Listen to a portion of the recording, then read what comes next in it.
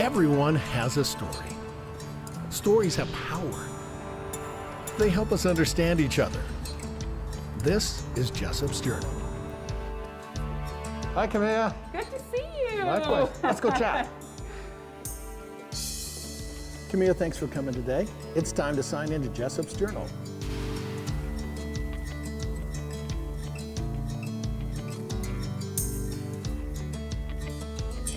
Hello, folks. I'm Doug Jessop, and in this episode of Jessop's Journal, well, I'll call her a friend.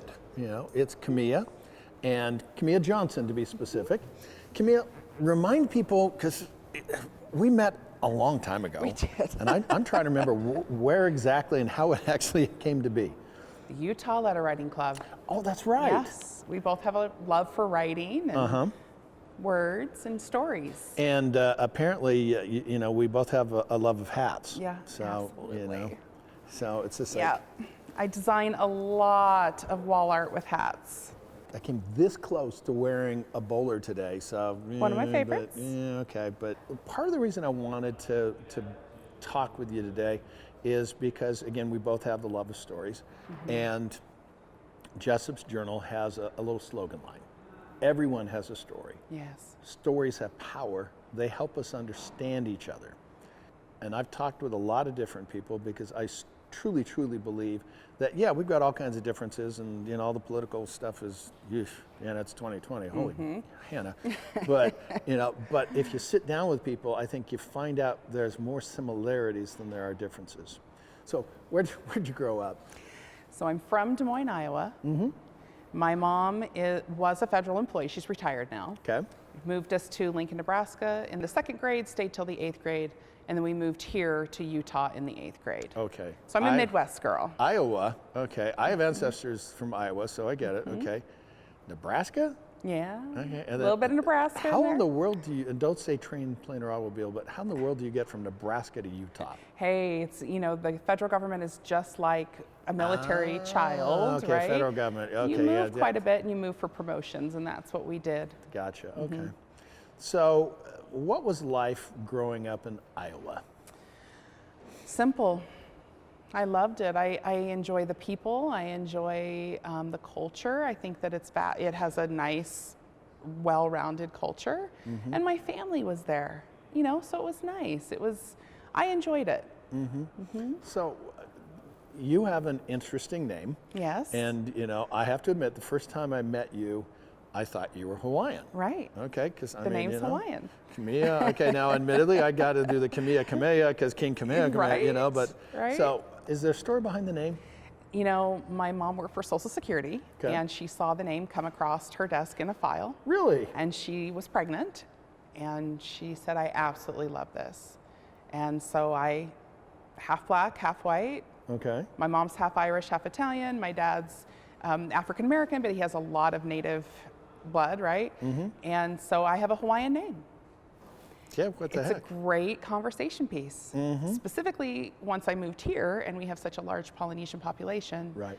I fit in just fine, right? I think it's been fun. Now, I have some native background as well. I noticed that you're wearing a very colorful piece there. Do tell. Was that on purpose or accident, or is it? I love it. I was married for 24 years. My ex-husband is Navajo Indian, and my children are Navajo Indian. I Okay. love the culture. Obviously, I embrace the culture, and I make sure that my children know exactly who they are. And I think their culture is beautiful. You know, I have native blood, and I love the culture. I love the things that make us different, but yet somehow the same. Okay. Now, I was raised with a phrase that said, "Remember where you come from." Yes. And I'm not talking that you come from Iowa Yes. or Nebraska or something, but Yeah. you know, the ancestry thing. Yes. So you've said a word a couple times that I want to dive into a little bit more. Culture. Yes. To you, what is culture? For me, culture is an identity of sorts, right? And when you're made up of so many different cultures like I am, you learn to embrace all of those, and that's what encompasses who you are at your core. And so culture to me is important. Culture is how we identify with our family. It's how you and I communicate on some level, correct? Because we always are, as we're communicating with each other, we're looking for common ground. Right. And we find common ground through our culture a lot of times. And then we also find discord through it too. You think? We've been having a little bit of that lately. Yeah, we find discord through it too. When we lack a cultural understanding of each other and a baseline understanding of where we come from. So culture is important. I do believe the more we understand about each other, the more we want to know about each other. I think the cultural divide becomes more of something that we embrace. I'm not a big guy on labels necessarily, Yes. but you know, I mean, because it's like, you know, I can start kind of putting other stuff, you know, speaking as a guy, singing is, okay, here's my labels. Okay, I'm a white guy. Some people would call me old, but you know, I'm actually 38 years old, at least then my son just turned 38 years old, you know. Hi, Michael. You know, so I told him, hey, welcome to the club. You know, my mind thinks I'm 38. My body, not so much. Yeah. But, you know, so you've got all these labels, okay? I identify as Swedish. I identify as being part of the Cherokee Indian tribe. I identify with my Jewish background. And so there's all this different stuff. But a big thing for me, at least I think most guys, we identify with what we do. Okay? Yes. I'm a broadcaster. I've been a broadcaster for pretty much my entire life, okay? So if you don't mind me asking, as a woman, what do you identify? What are those labels that you put on yourself? You know, I think I'm gonna start here. We definitely have cultural labels, right, that identify us for race. But for myself, I'm a compassionate woman, and I really try to convey that as I'm dealing with people. So my labels, if I'm going to label myself, would be I'm compassionate, kind, strong, and caring.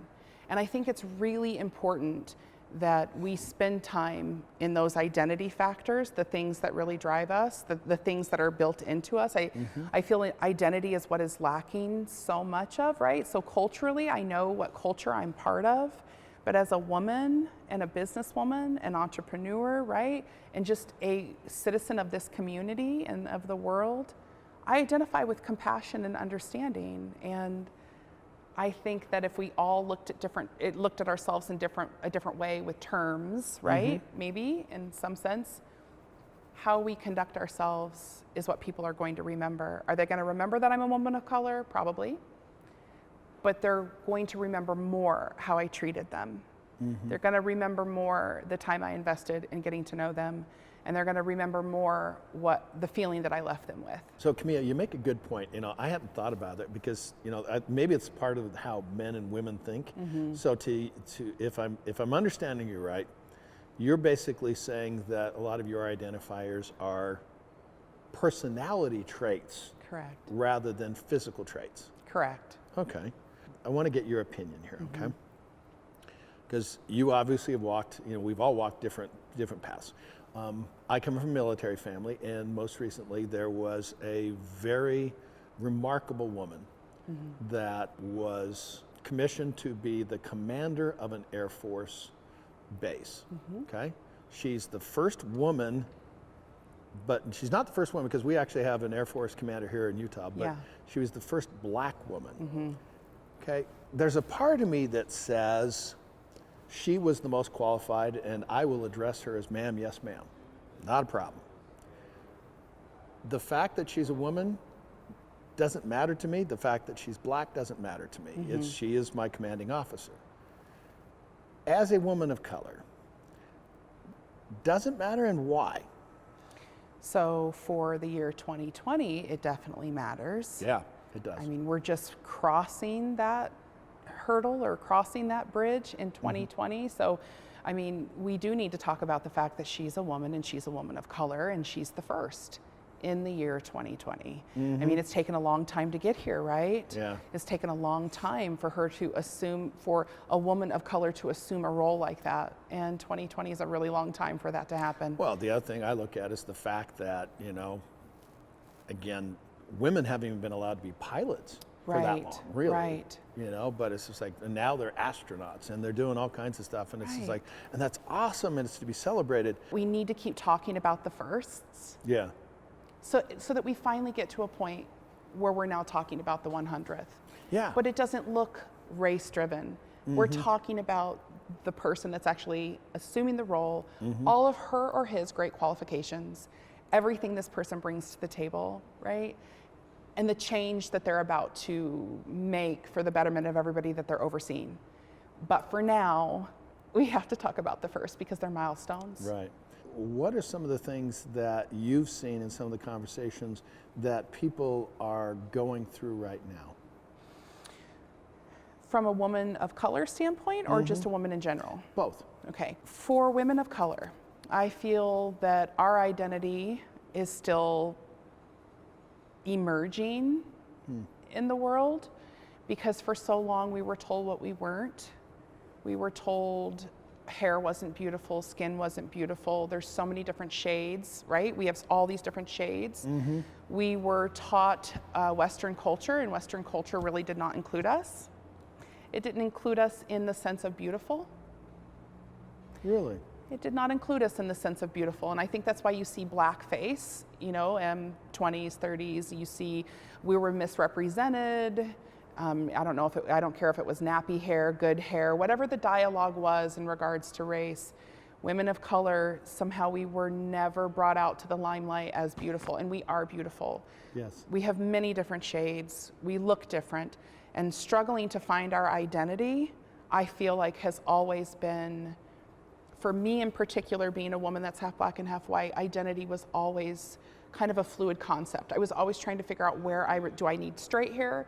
Can I go with my curly hair? How do my features need to look? How do my clothes need to look? Like, I was always trying to figure out where I resided in society as a woman that's half black and half white. So I think for women of color, we're powerful, we're beautiful, and we're emerging.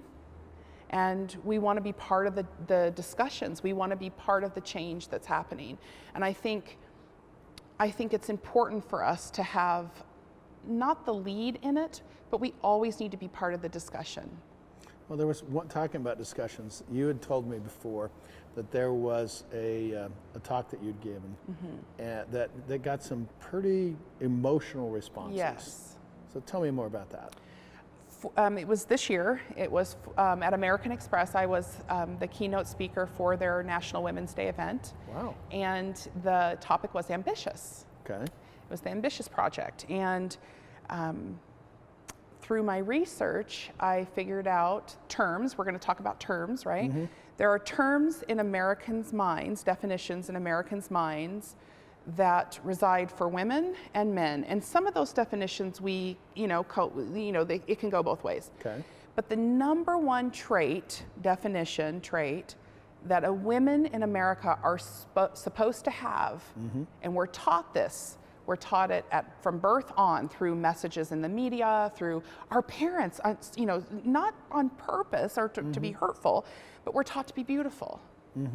Beautiful is our driver. If beautiful is our only driver, we are in trouble. And I talked about that. I talked about the fact that for whatever reason, it's very difficult for us to get along on the job. Sometimes it's very difficult for us to get along in communities. It's very difficult for us to get along. We're sizing each other up a lot. And I know this sometimes hurts the male ego, but we dress for each other. We do not dress for our husbands or for the male population. We are not dressing to attract one another, but we are definitely in complete competition with each other. Oh yeah, because I've noticed that because we have some shows on ABC. It's just like, okay, because I've said for many years, it's like, okay, men, we dress, we dress for women, okay, but women, we do not dress they're for not you. dressing for me, Yes. they're dressing for the other ladies. And so it's like, if a guy wears the same outfit as, it's like, yeah, whatever, no big deal. But for a woman, apparently that's not a good thing. No, it's not. And honestly, that's a lot with our broken identity. Our identity is supposed to be beautiful. And sadly, beautiful is a fluid concept. It changes every single year. My pastor in Kansas City had said, husbands, hold on, every 10 years you get a new wife. Your wife is the same, but her style changes. It could be a different hairstyle, different shoes, outfit, whatever. But if our only driver is beautiful, we're in trouble. And around 2 to 3 years old, little girls start to figure out, why do all the little boys chase Sarah around the playground? Her hair is prettier than mine, her dresses are prettier than mine. We start at a very early age identifying with the trait of beautiful. And I do believe it's a very harmful thing to hold women to that specific standard, and thus starts our identity crisis for sure. Kamea, there's disparity. I mean, in the world of men and the world of women, there are certain things that I can get away with that you can't, and there's certain things that you can get away with that I can't. Certainly. Strength is actually a negative for women in the minds of America. I located a Pew Research study that was done. They researched 5,000 Americans, 5,500 Americans, and they asked them to identify traits that identified men and women, and there was thousands of traits everyone threw out, but they took the most common traits and pulled those together into a research study. And in this research study, I was completely not amazed, but it's like the light bulb went on as to why we struggle with identity in America. We struggle with identity, cultural identity, and we struggle with personal identity. And it is because of the things we're taught. So there was I love this story. Okay. Do you listen to Les Brown at all? Motivational speaker, he's an African-American man, Les Brown. Love him, love Les Brown. He tells this story. There was this famous archaeologist that she was in Europe, and she went into her favorite restaurant, and immediately they said, "It is so good to see you. We have so many Americans dining with us tonight." And she said, "Really?" He said, "Yes, I have no idea, but I have no idea why, but we have so many Americans dining with us tonight." And she said, "You know what? I love that you told me that. When you get ready to serve dessert, I want you to come and get me, and I'm going to tell you how many Americans are actually dining with you tonight." He said, "That is impossible. There's no way you'd know that." She goes, "Well, come and get me. Let me try." Okay. They serve dessert. He comes to get her. She said, "Give me a few minutes." She walks around the room. She comes back and she said, "You have 75 Americans dining with you tonight." Wow. He goes, he checks the guest list. He said, "How did you know that?" She said, "Because Americans eat their pie and desserts from tip to crust, while Europeans eat theirs from crust to tip." So if that little bit of programming is in your mind, what else is? Yeah. And from that story, I started to dive into this subject matter on traits and identity. And I learned a lot about myself too, like just the identity in which I live in, right? How I see myself, the things I like to put on, the conversations that I have and why. My psyche, like the things that, my biases, right? Because we all have them. Do I give people a fair chance at coming at me with new topics, even if the topic feels offensive or it doesn't feel right, right? What is built into my mind? What is pre-programmed from birth on? And beautiful is a trait that is set out from the moment we're born as women and just ingrained in us. It's ingrained through media, through ads, through fashion, through makeup, through the way we do our eyebrows, right? Women have gone through pluck it all, draw it on, to now we want full and bushy, which is a problem when you were a child of the 70s. So I'm kind of in between, right? So you have to keep in mind, during a recession, alcohol and cosmetics, beauty products never die. So, there's things that are ingrained in us, men, on that same research. Yeah, it's okay. I'm waiting for the list. Empathy is a negative. Really? Okay, well, sorry, I got a negative, guys. Being sensitive is a negative. Okay. So, not only do we live in the beautiful trait, provider was 100% men, it was 0% women.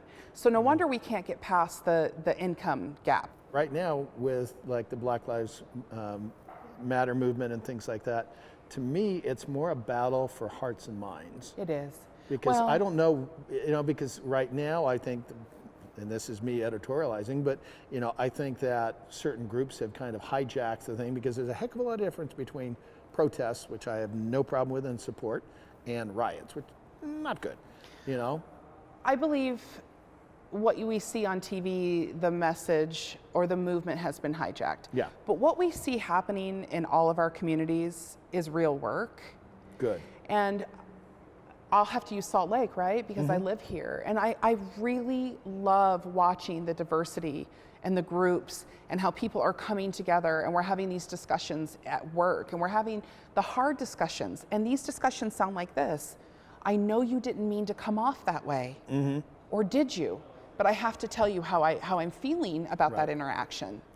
And are you strong enough, right, to say, I didn't realize I came off that way, can we talk about it? And I'm guessing, because with me, at least for myself, if I do something or say something that is insensitive and I don't know it, Right. how the heck am I supposed to change? Right. So, I'm not putting all the blame on other people, but the reality I'm looking at is I'm open enough to say, that's not a good, could you please change that? Okay, yeah.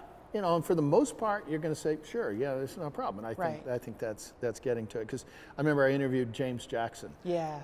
Great guy, and he gave a little quote that I really loved with regard to we need to listen to understand instead of listening to respond. Right. Because it's like, you can tell when somebody's in their conversation gets yourself going, I want to get this. They're just ready with their rebuttal. Yeah, they so don't really like, want to hear what you have to say. Right. We've talked about identity.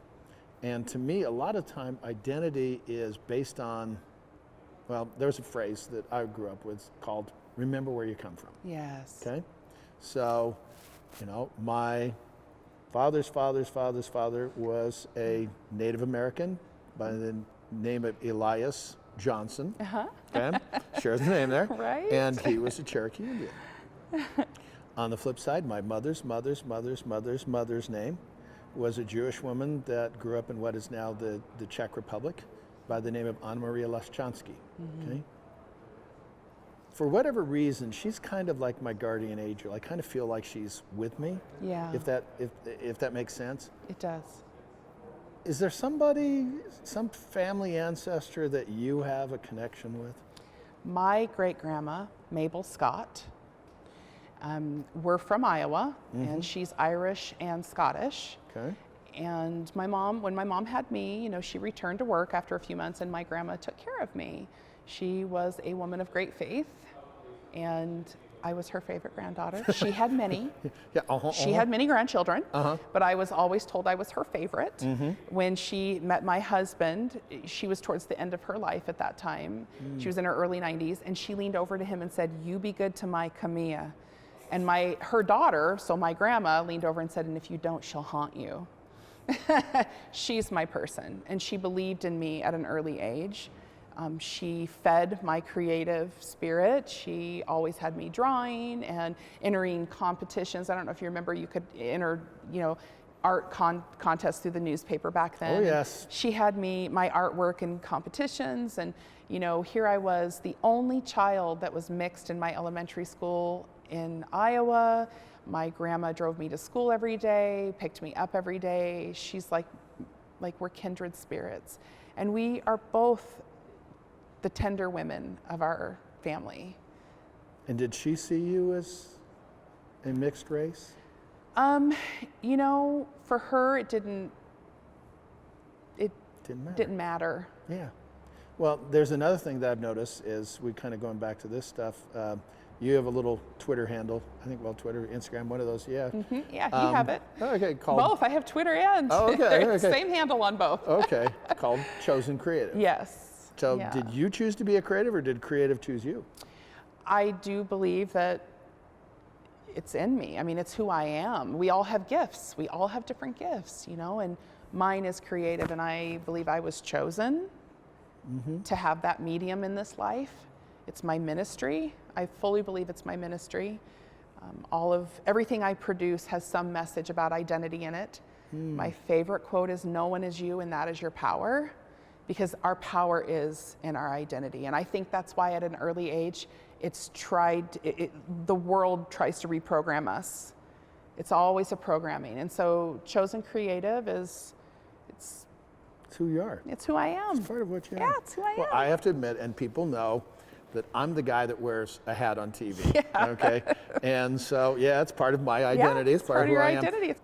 I see a couple of hats here, and I like ye. Okay, but why the hats?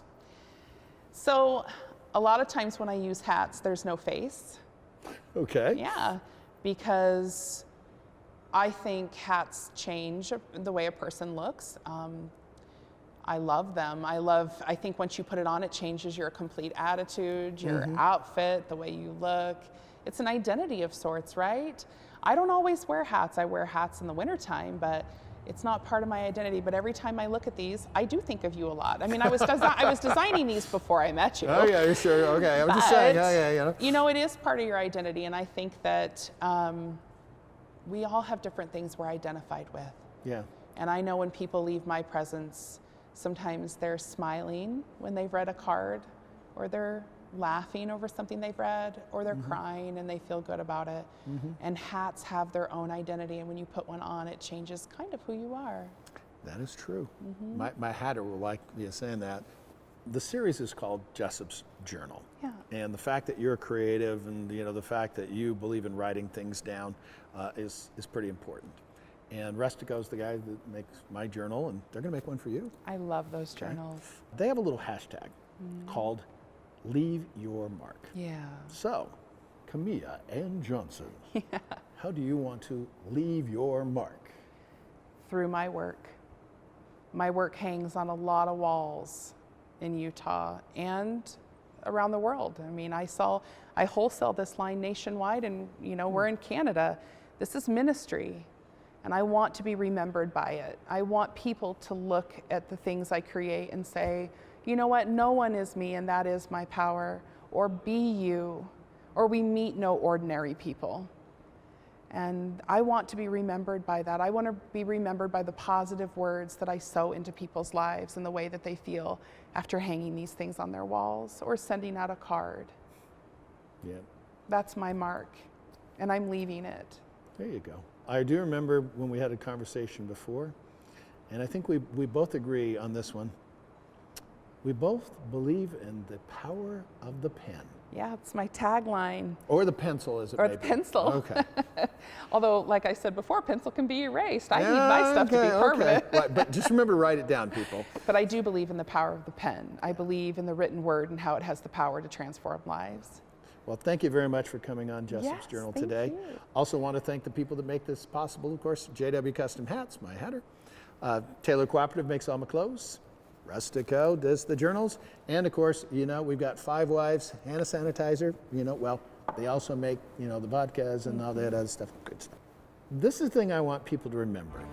Stories have power. They help us understand each other. With another entry into Jessop's Journal and Kamea Johnson, I'm Doug Jessop, ABC4 News.